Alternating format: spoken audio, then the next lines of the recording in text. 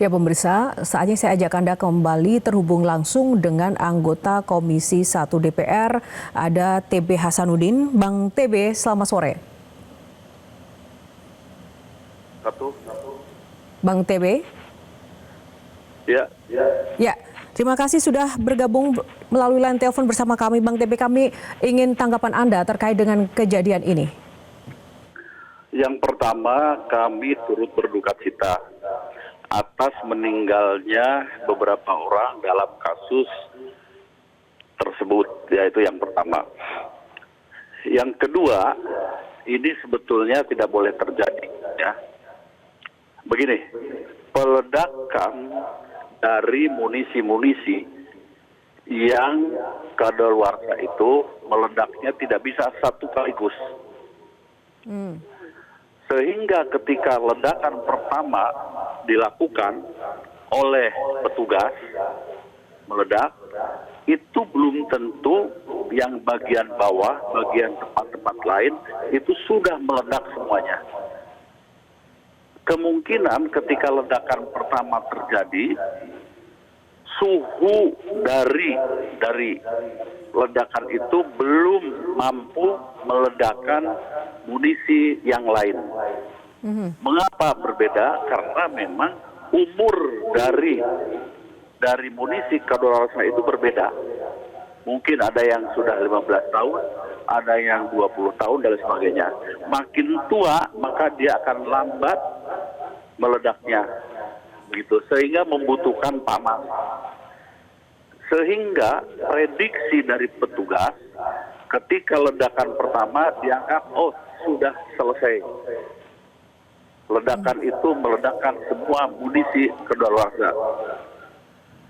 Tapi ketika didatengin ternyata terjadi ledakan yang kedua dan bisa jadi terjadi ledakan ketiga, itu berakibat fatal kalau kita sudah mendekat. Itu yang pertama. Ya. Yang kedua, kalau Bang TB sebelum mungkin yang kedua, Bang TB, apakah dari keterangan yang pertama ini Anda melihat ada kesalahan prosedur di sini? Kalau prosedur sudah benar menurut saya. Yang pertama, jauh dari tempat penduduk di pantai, ya, gitu. Dan saya lihat di videonya itu cukup daerah yang terisolir lah, ya, jauh. Tapi warga sipil masih bisa menjangkau lokasi itu, Bang TB. Faktanya demikian. Walaupun jauh dari permukiman dan berada di area BKSDM, menurut Anda seperti apa? Ledakan kedua ada warga yang kemudian mendekat, ada warga sipil di area situ. Kan begini, ledakan pertama setelah selesai itu jangan lalu datang dulu ke tempat itu. Tunggu sampai dingin dan sampai yakin. Kalau sudah dingin kan berarti dia akan ada ledakan kedua, begitu, ya. Kalau ledakan pertama belum menghancurkan seluruh munisi, maka secara pelan tapi pasti munisi yang sudah terlalu lama tadinya sudah put beku, dia akan mencair dan baru meledak. Tapi kan warga tidak tahu, Bang Hasanuddin. Warga tidak tahu. Bagaimana? Kalau saya lihat, ya, ledakan pertama, saya lihat video dari masyarakat, pertama ledakan pertama sudah ledak. Nah, kemudian harusnya tidak boleh didatangin. Ini petugas dan diikuti oleh masyarakat mendatangi tempat lokasi. Artinya harusnya ada imbauan untuk tidak boleh mendekat, begitu ya? Ya, oke. Jadi begini. Baik sebelum maupun sesudah ledakan, seharusnya wilayah itu menjadi daerah yang tertutup dan secara ketat diawasi. Setelah nanti petugas menyatakan bahwa itu daerah sudah aman, baru dikibarkan bendera biru atau bendera lain. Ya, pengganti bendera merah, begitu. Artinya sebenarnya ada bendera atau mungkin simbol-simbol yang sebenarnya bisa diberlakukan untuk kemudian menandai itu. Biasanya yang dipakai apa, Bang TB, dalam proses pemusnahan amunisi ini? Ya, jadi kalau proses penggunaan munisi ini yang pertama begini ya prosedurnya. Munisi dikumpulkan dari beberapa gudang di satu titik yang jauh dari masyarakat, ya. Oke, satu. Yang kedua diisolasi, tidak boleh didatangi oleh masyarakat. Karena apa? Masyarakat biasanya menjadi pemulung bahan-bahan tembaga atau bekas-bekas itu. Ya, itu kan bisa dijual lagi sebetulnya. Ya, oke. Tapi harus ditutup betul, tidak boleh masyarakat masuk. Oke. Ledakan pertama itu biasanya di create ya oleh aparat untuk menghancurkan. Oke, ya. Setelah ledakan pertama harus diyakinkan dulu prosedurnya. Seluruh munisi itu dalam keadaan dingin. Ya mungkin beberapa jam. Begitu ya, sampai dingin. Kalau sudah dingin, insya Allah pasti bahwa tidak ada ledakan susulan. Ini kelihatannya setelah meledak, berburu-buru, termasuk petugasnya datang mendatangi terlalu cepat menurut saya. Sehingga ketika ledakan kedua menyusul, yang diprediksi atau salah prediksi, maka terjadilah korban seperti itu. Ya, apakah bisa dibilang Bang TB dari gambaran Anda tadi intinya kan ada pengamanan yang mungkin jebol di sini. Apakah ada bisa dikatakan ini ada kelalaian begitu terkait dengan pengamanan proses ini? Lihat, ya, yang pertama ada salah prediksi dan tidak mengira bahwa ledakan kedua itu akan terjadi. Karena Oke, salah prediksi. Menganggap ya bahwa ledakan pertama itu sudah menghancurkan semuanya. Itu.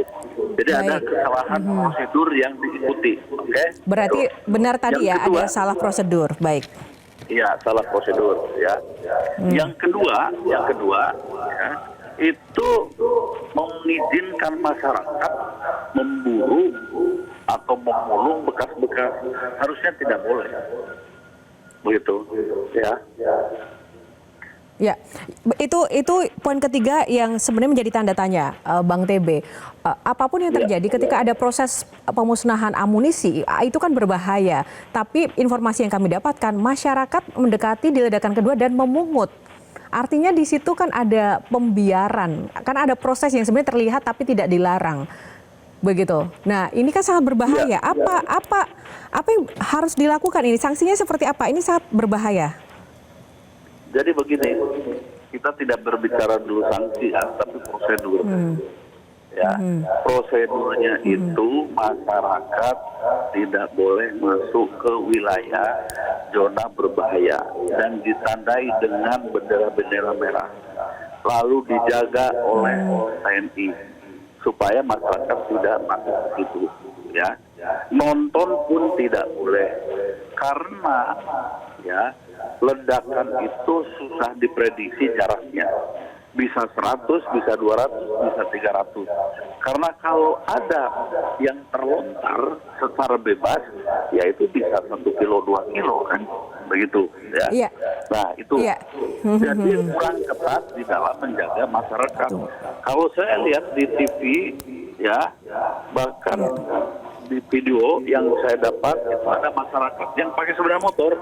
Iya. Begitu ledakan meledak, begitu ya, kemudian mereka starter motor lalu menuju ke tempat kejadian. Nah, begitu ledakan kedua terjadi, ya terjadilah situasi fatal seperti itu ya. Ya, artinya sebenarnya tadi yang saya maksudkan bukan ke masyarakatnya ya, tapi lebih kepada karena ini berbahaya, otomatis di pengamanannya ini seperti apa, yang terjadi. Karena masyarakat akhirnya menjadi korban karena tidak tahu tentang aturan itu. Nah, Bang TB, sebenarnya ini seperti apa sih dari sisi kuantitas bahan-bahan yang diledakkan ini, apakah ada limitnya, ada batasan yang amannya itu seperti apa? Berapa banyak yang mungkin boleh dan juga tidak diledakkan? Batas atas dan batas bawahnya seperti apa sih bahan amunisi yang boleh dimusnahkan ini? Begini, pertama masyarakat, saya yakin kalau sudah diingatkan pasti tahu.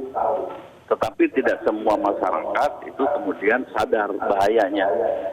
Ya, itu biasanya begitu diledakkan selesai segera mencari bekas-bekasnya. Itu kan bekas-bekasnya itu terdiri dari tembaga. Tembaga itu punya nilai ekonomis, bisa diambil. Itu yang pertama. Yang kedua, harusnya TNI di situ dikerahkan menjaga dengan ketat. Begitu, oke ya.